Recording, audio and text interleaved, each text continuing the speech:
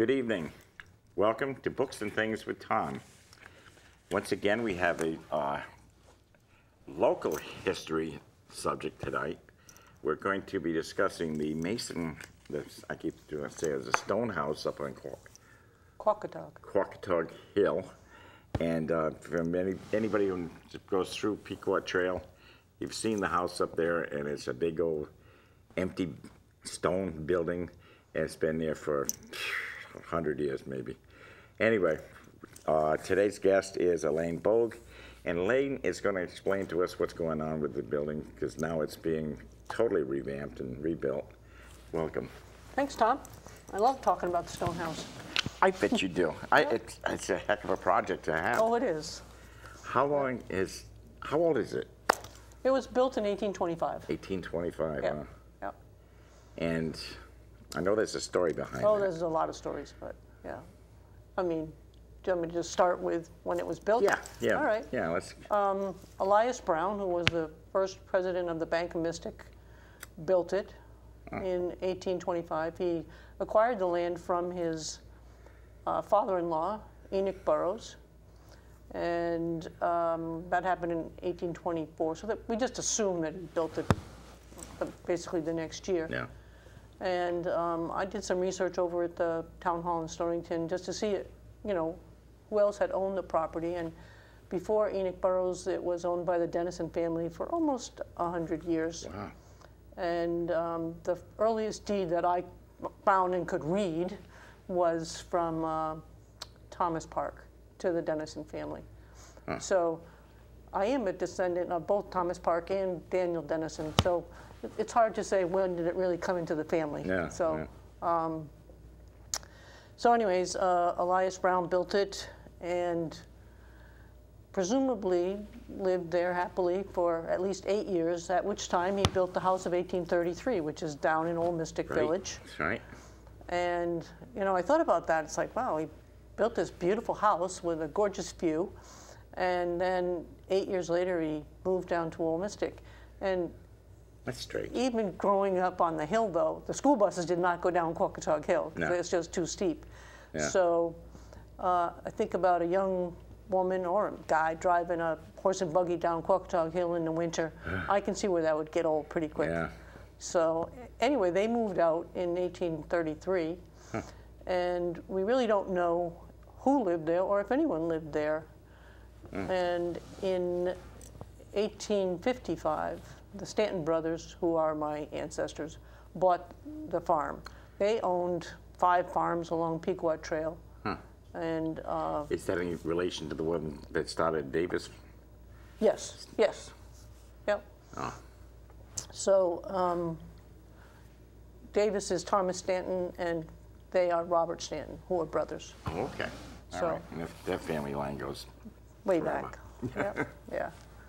So they owned the stone house, the house across the street, the farms. They were interested in farms. They were farmers and merchant farmers. So they owned the Stonehouse Farm, the Eliza Williams Farm across the street, where I grew up. And then there's 2 farms that, one I call it Ram Butler Jones. It's Dean's Mill. Maybe you don't even know that there's a farm out there. But there's one in between as well, near Deer Ridge Development. Oh, yeah. Yep. And then they owned another one over by, that beautiful stone silo foundation on Pequot Trail, almost in Pawcatuck, on the left-hand side if you're headed towards Wesley. Yeah. I think that was the 5th farm. I'm not positive about that. So there were 5 Stanton brothers and 4 Stanton daughters. And out of those 9 children, they only had 2 descendants. One of them is my great-grandmother, who grew up on Quoketaug all called Granny. My generation, the generation before me, called her. She is Josephine Cottrell. She is the daughter of Joseph Oscar Cottrell, who is of the Cottrell Lumber Company family. Oh, yeah. So his father started Cottrell Lumber, and he and his brother Charles basically ran Cottrell Lumber Company. Joseph decided to go to New York City and expand their lumber business down there. So Granny, as we call her, grew up basically in New York City. Oh, wow. And she grew up there, and she used to come back and forth to Stonington or Mystic, you know, which was home. She was born in the Cottrell House in Mystic. So in 1889, she married George Walworth Middleton, who was in the raw silk business. So they had a home in New York City, but they basically lived in Yokohama, Japan. Oh. So there are a lot of pictures of them on boats traveling back and forth to Japan over the years. And my grandmother was actually born in Yokohama, and Ann Collier, who is my mother's first cousin, is one of my partners in Quoketaug Hill Farm. And she's with the Dennison Homestead. Yes, and she was born in Japan. Ann was born in Japan because just by coincidence, her father had business in Yokohama as well. So there's a lot of beautiful photographs taken in Japan in the old days. Oh, so, and Elias Brown? Yes. Mystic Bank? Yeah. That's the one, actually in Old Mystic. Yes, that's when Old Mystic was called Mystic, but it's actually it's the counting house at Mystic Seaport. They took it apart and took it to the Mystic Seaport, and that little building that's there, that the Indian Colonial Research Center. Yeah. I'm not sure what it was, but I know that the bank is actually in. They have a sign on it that says the Mystic River Bank, which actually then was moved to Mystic. Yep. And this was remained as a bank. I don't know if it remained as a bank or whatever it was, but the original moved to Mystic and became one of the banks downtown.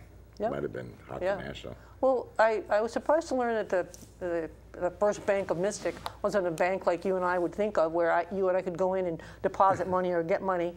It was basically just for merchants. It was only people who had tons of money, I guess, who dealt with those. The other ones put it in a mattress. I guess. People probably didn't have quite as much money then. I don't know. That's fascinating. Yep. Now, when did the house burn? In 1924. So Granny, my great-grandmother, had the dormers added to it. Okay. Maybe we can get that picture of the house original, the first photo. There it is. So that's how it looked when she inherited it, or before she inherited it. And if you can picture the house without the porch or the roof, which has got houses coming up soon, if you can see that. Yep. And she said in a letter, because she was in Japan, she said in a letter that it was unlivable when she inherited it in 1895, that the chimneys were down, that the plaster had all fallen off the roofs, and that the second floor had fallen down into the basement. And so it makes me wonder if anyone even lived in it from the time that Elias Brown and his wife moved out until she inherited it. Yeah. Because there's no evidence that anyone lived there. No, and if you lived there, you wouldn't let the place fall apart. Right, exactly. Wow. So.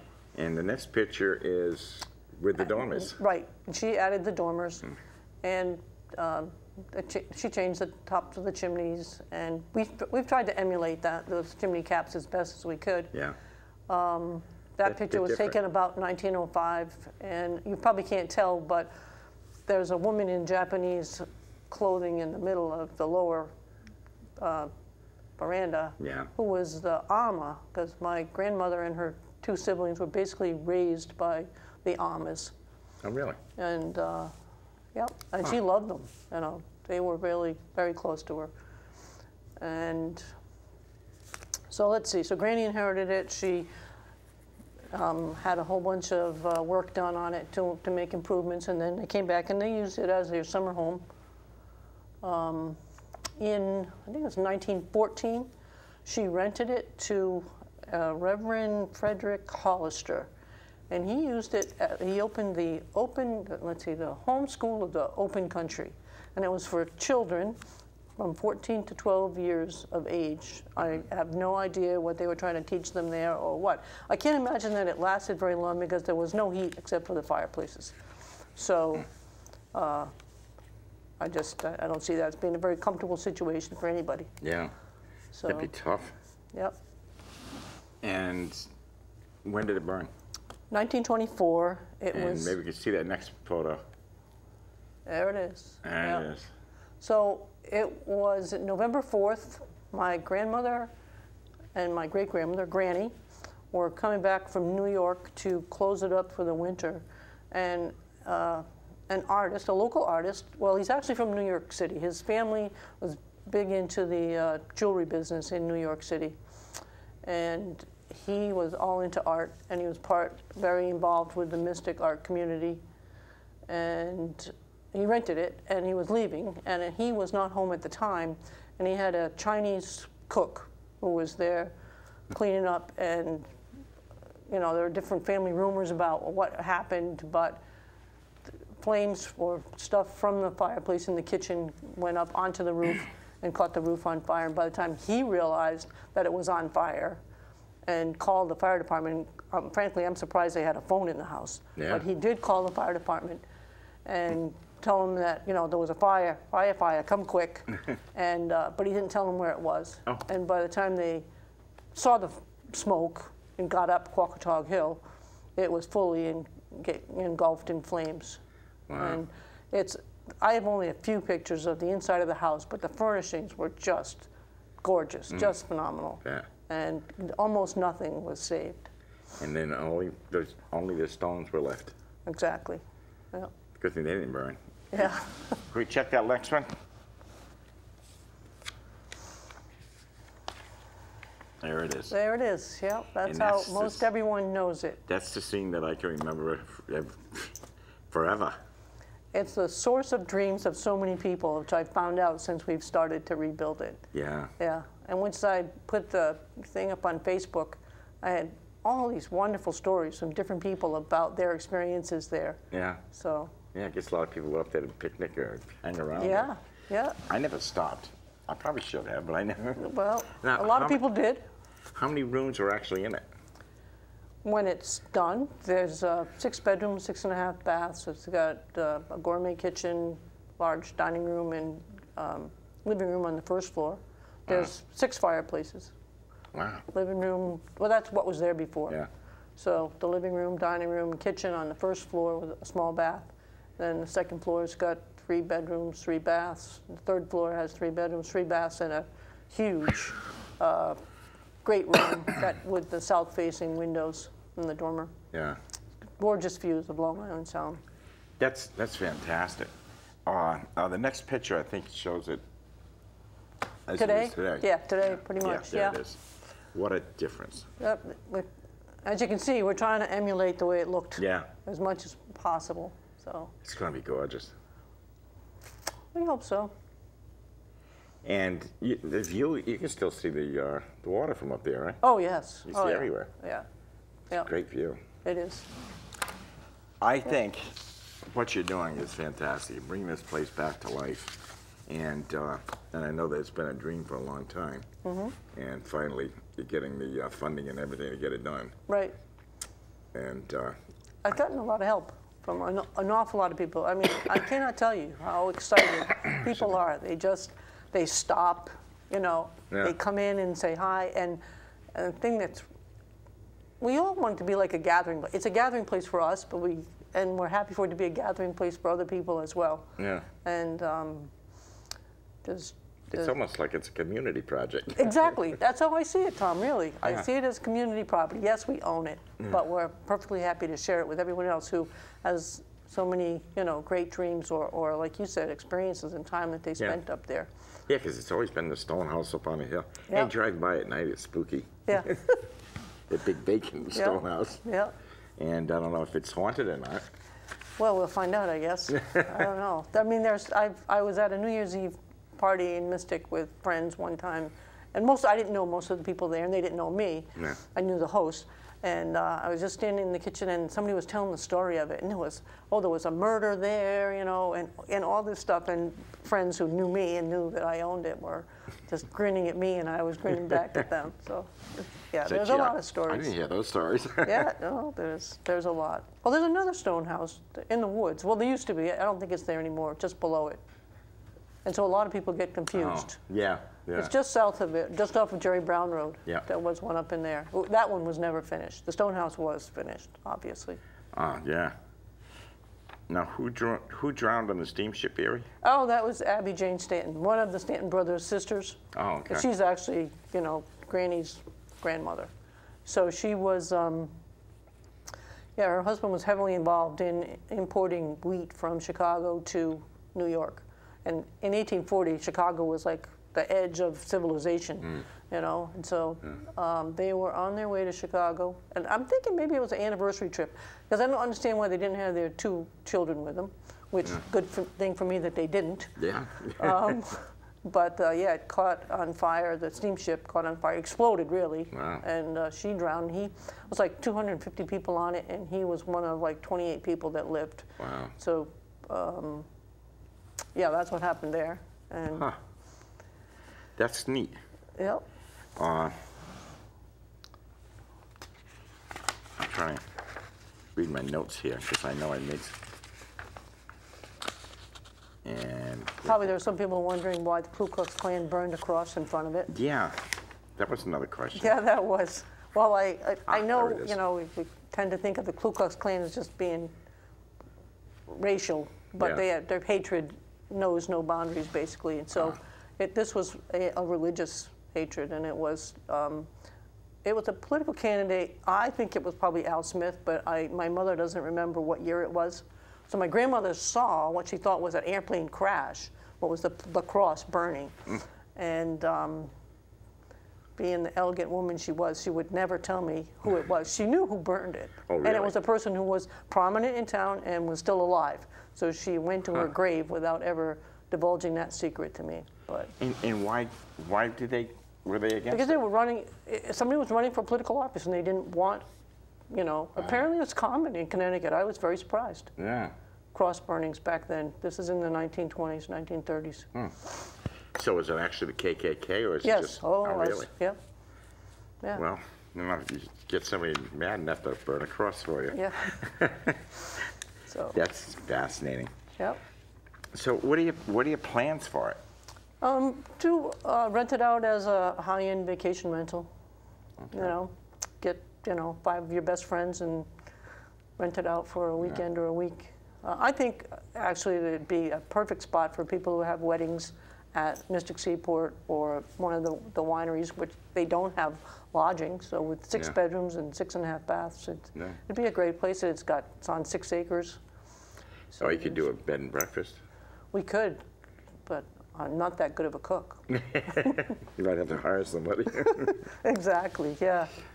Because that would be a great bed and breakfast. It's just and charge more on the sides toward the back to better view. Yeah, it's true.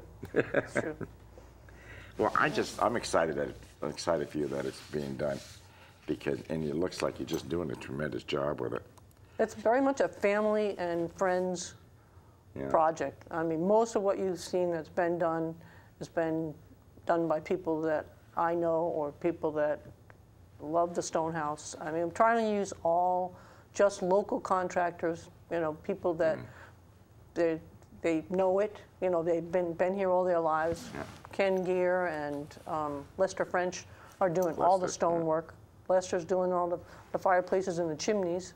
Can't get a better guy than him. Yep, and Ken Gear did all the repointing of the outside and basically all the rebuilding of the inside, and he'll be also replacing the veranda. We took the veranda floor, had to be taken out and put a footing in there. But and Brian Shane did most of the framing up till now, and we're putting in, families putting in the windows and doing all kinds of additional framing. Now this last picture, is that the people that are working That was there? when Or is we that first family? got it back in 1998. I didn't. The Collier family inherited it from Granny, There it is. and they and by 1998, most of them didn't live locally, and they just decided it was time to do something else with it. So Anne, which was one of the 4 who inherited it, wasn't ready to give up. So she kept her shares, and my cousin Greg, who's a tall guy in the middle of that picture, and I stepped in and bought out the others, and they gave a large tract of land to, they still owned a lot of land on the south side of Pequot Trail. They gave a big piece to the Avalonia Land Trust. Oh, yeah.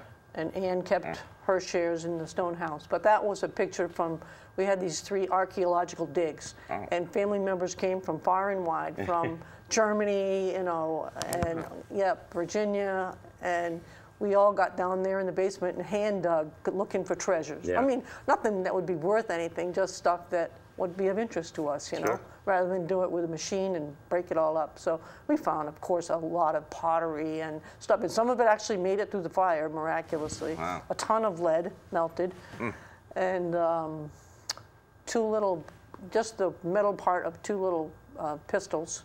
Maybe it was a dueling thing, I don't know what it was.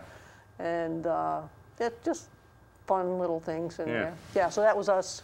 It was filthy, just covered with sooty dirt. Now, have you checked the property itself for digs? No, but lots of other people have. I haven't, but oh yeah, I'll find people there walking around. Yeah, there we are. There's the great crew from, that's part of them. That's one of the crews. But we've had, you know, 20 or more people in there at a time, just with small little shovels digging through. We took about probably 4 feet of dirt out of there manually. So. Well, over the years, dirt adds up. Yep. Oh, definitely. You get more and more dirt, you know. Yep. Well, that's like the statues, and I can't remember the name of it. Out in, I've got all these. There's a head statue. Is it local? No. Oh, I don't know. I forget what it is. They're famous. There's like 5 or 6 of these statues with all of this chest up, and they dug it up for some reason and found out there's another 4 feet in the ground. So over the years, the dirt has collected and buried half the thing. Yeah. And it's just amazing that, because they didn't build it down that far in the ground. Yeah. Like not Stonehenge, but. I was surprised how much because half the house has a basement under it. It had a basement, and we didn't get to the bottom of the stonework. And it's, you know, we reached the point where it's deep enough for us to use it for the basement, 7 or 8 feet. Oh, wow. And we still didn't get to the bottom of the stonework. So, and there's some evidence that the kitchen area, when Enoch Burroughs sold it or gave it to Elias Brown, it was land and buildings. And so there's some buildings. Some evidence to suggest that the kitchen area, there was a house there to begin with. So. And what's over the years, there was another building on it. Yeah, sure. Property. Well, it was a farm, so yeah. Yeah, so it must have been a barn. There was a barn. I mean, there was. I'm sorry I didn't send you a picture of the windmill that she built. It was just gorgeous, wooden, big, like a structure like you'd see in Amsterdam or over in, you know, the Netherlands or something. And it blew over in the 1938 hurricane. Wow. So so did the barn across the street. But so they took the barn that was at the Stonehouse farm and moved it over to the Eliezer Williams house. To that farm. Yeah. And Granny, she had no luck with houses, I'm telling you. She owned those 2 houses that were across the street from the Eliezer Williams house burned down in 1911, 1912. So she just barely got that one built, and then the stone house burned down.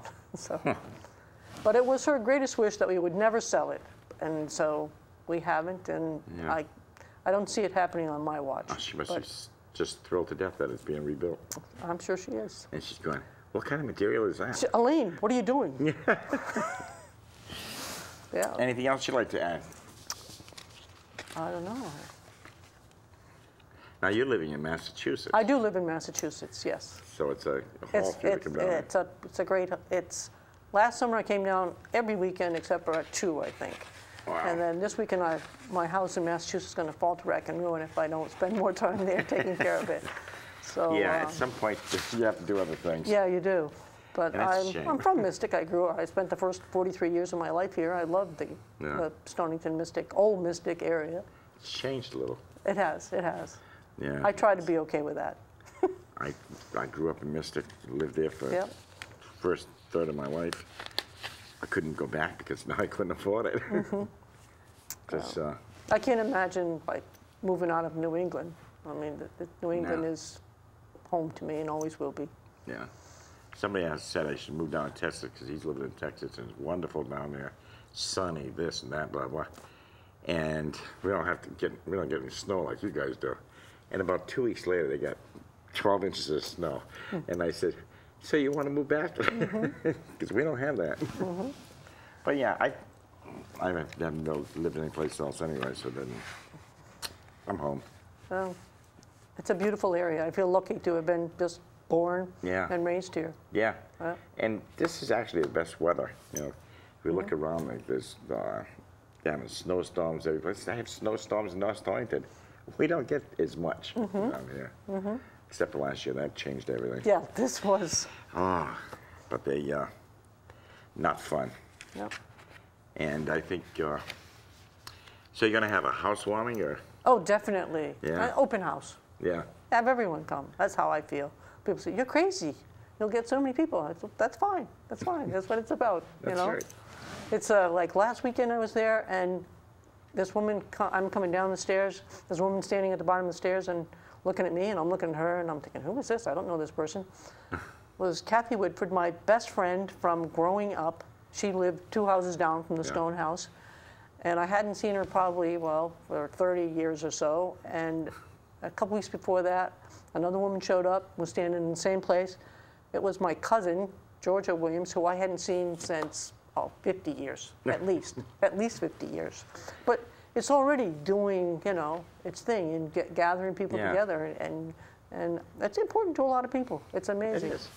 It is, because, again, you've seen it in its loneliness, and now it's becoming alive again. And it's attracting people, and it will, because of the fact that it's so nice to see it being rebuilt. Yeah. And it's been a long time coming. Well, Quoketaug Roofing will be in there in a couple weeks. Yeah. They're putting cedar shingles on it. I can't wait to see that. When that'll be great. Wow. I'd like to thank everybody for your continued watching and emails. And if you want some information on the Stone House, write to Elaine, and there's her email. And she'll be more than happy to tell you all about it. Yes, and, I will. And perhaps on YouTube, we'll have it up on YouTube, this program, tomorrow or the next day, I think. Anyway, you can go on YouTube and type in sec-tv.org and see all the programs that we do have listed in there. Or you can go to Books and Things with Tom, and I think there's 22 shows on there. Coming up in May and June, we've got Mayor Marion Galbraith from the city. Got John Alster, who is a video producer, and he's going to be talking about learning how to read faster.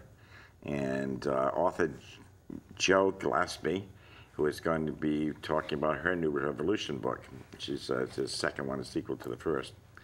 And for all of you who are aspiring writers, contact me for information on SE Kappa, Connecticut Authors and Publishers Association, and we'll be happy to talk to you about getting your book published, whatever. Trying to help you get it published. I want to thank the group here at SCC TV for putting up with me and having my show on. And it's a nonprofit organization, so if anybody would like to donate, we'll take donations. And I don't, they do. And tonight, the VFW in Quoketaug has free chowder and clam fritters with a purchase of a beverage. And Friday and they are also having luncheon on Friday. Thank you for watching. Email me at santostom@comcast.net. You should be reading, cuddle up with a good book. I'll see you next week. Thank you. Thanks, Tom.